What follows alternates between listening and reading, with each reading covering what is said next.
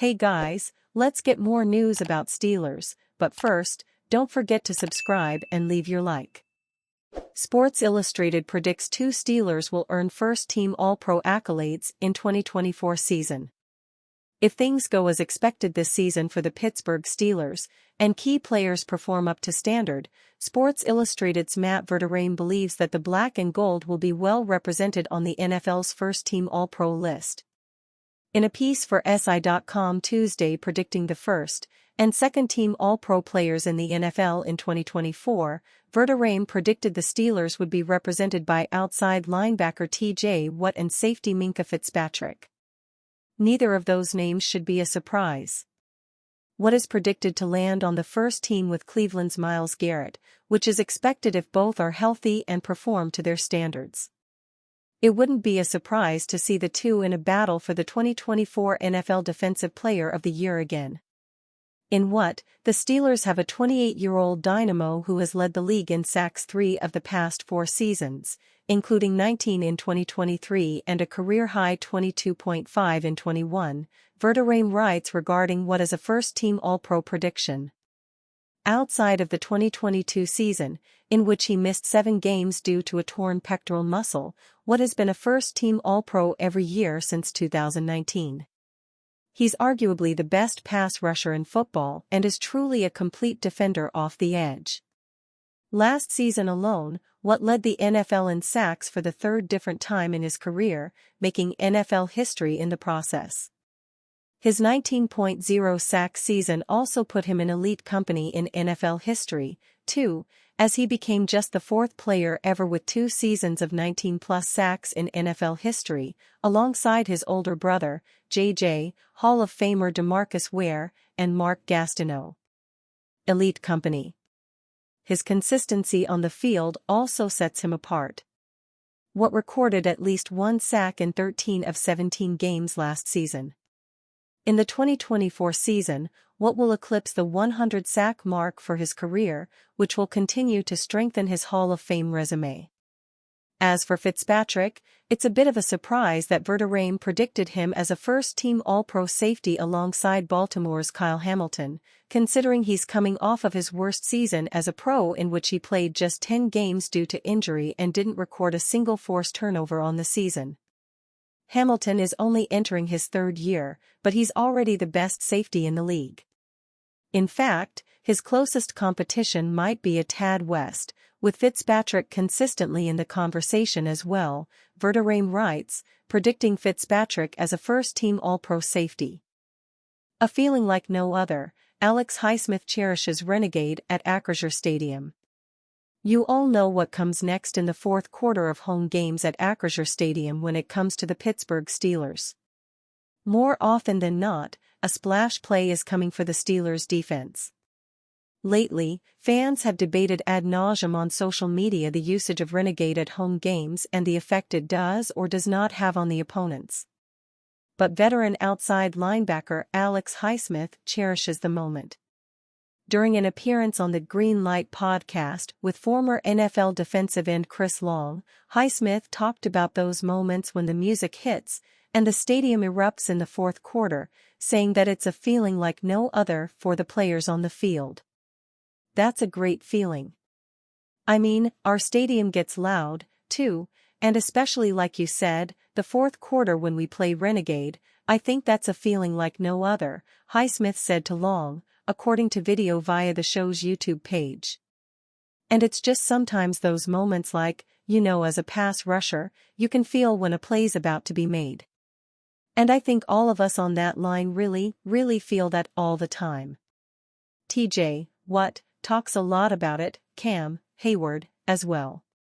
There truly is nothing like it inside the stadium when the Jumbotron goes black, the opening bar hits from sticks, and the "Oh Mama" filters through. It sends a crowd into a frenzy no matter the weather and sends a charge through everyone involved. Especially the players on the field. Some opponents have prepared for it in the past, blaring the song during practices and pumping in noise for key situations to try and prepare as much as possible for the setting and then having success in the moment in the game. but there is no denying the impact it has and the environment it creates, not only for the home crowd but also for the players on the field for the Steelers. More often than not, a special play is happening after renegade plays, especially with this version of the defense. With Highsmith coming off the edge along with TJ Watt on the other side and Cameron Hayward pushing up the middle, it's a clear and present danger for offenses, especially quarterbacks. If players like Highsmith, Watt, and Hayward can feel a play is about to be made in their favor, imagine what the opponents feel when that music hits and the stadium erupts. I get chills just thinking about it. Steelers host 2 pre-camp tryouts, including rabid competitor.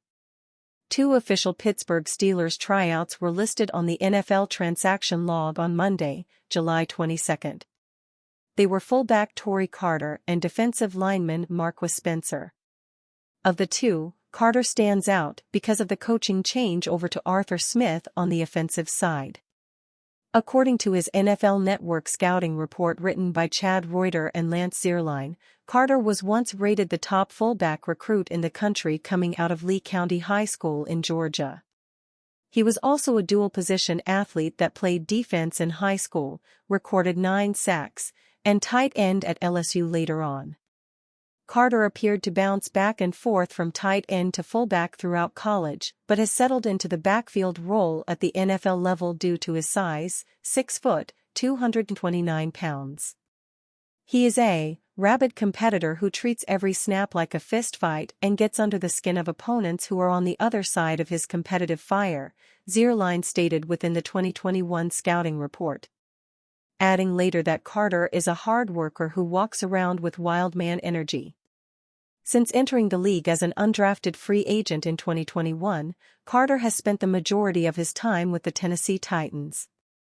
He's appeared in 17 games and started 5 of them, logging 119 total snaps on offense and another 266 on special teams.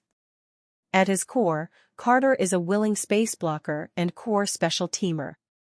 His last outing of regular season action came in 2022. Most of the NFL has gotten away from rostering a fullback in the modern era, but Smith is one of the few exceptions to that trend. The Steelers currently have fullback Jack Coletto on the 90-man squad entering training camp, as well as Connor Hayward listed as a tight end/fullback hybrid. If signed, Carter could compete with the 2 for a blocking role in Smith's offense. Of course, he could also replace Coletto or Hayward ahead of camp if the Steelers feel either aren't up for the challenge. This is the guy you want in the foxhole with you, an AFC area scout said of Carter in 2021, per NFL Network. Great teammate and loyal. As for Spencer, the other of the 2 July 22 tryouts, the former 7th-round defensive lineman out of Mississippi State is a bit of a tweener that has played defensive end and defensive tackle throughout his career. Like Carter, he entered the league in 2021, except with the Denver Broncos rather than the Titans. At the time, he was scouted as a defensive end who might have to move inside if he's not more careful about managing his weight, per Zierlein. He's a flash player with natural strength to strike and play around blocks, but too often he ends up on the ground or blocked, the draft expert continued in 2021. He has first-step explosiveness and good edge bend, but he's going to need to keep his motor cranked up enough from snap to snap and as a secondary pass rusher. He has draftable talent but lacks the grit to play inside, so he might need to get in better shape to stay at his natural position. While it's unclear exactly what condition Spencer is in now, he's listed at 6'4" and 295 pounds on Pro Football Reference.